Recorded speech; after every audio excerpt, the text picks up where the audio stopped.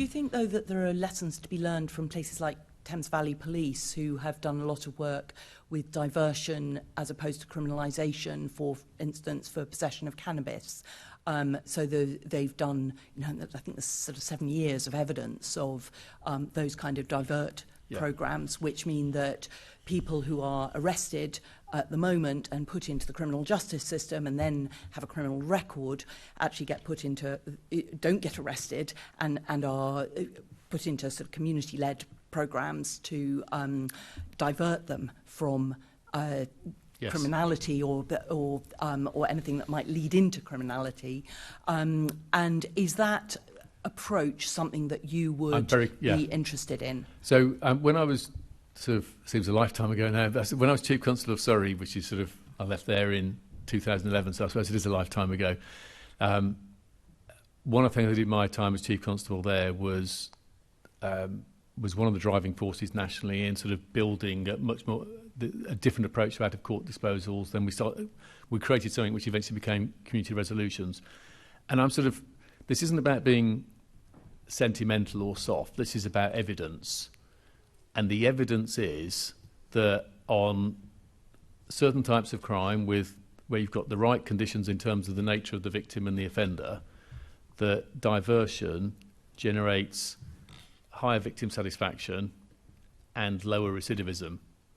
Frankly, if you've got both of those things, why wouldn't you do it? Those seem to be the two ultimate tests. If you only had one of them, maybe you might be questionable about it. But if you've got high victim satisfaction and low recidivism, then it seems to me a bit of a no-brainer.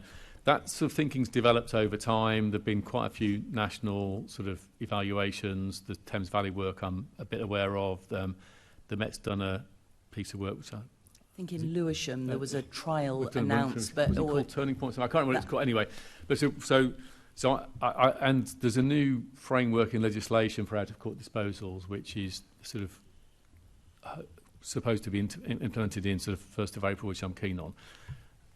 And I think we in the Met have been less ambitious in out-of-court disposals than many other places. I think another dimension to this, the Lammy review looked at these issues, and I can't remember how long David Lammy's review was. It's probably 5 years ago now, maybe more than that.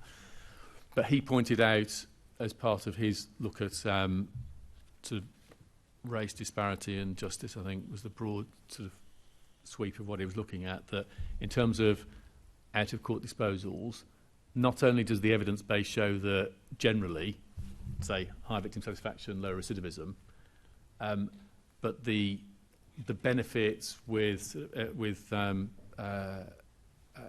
non-white offenders were even higher.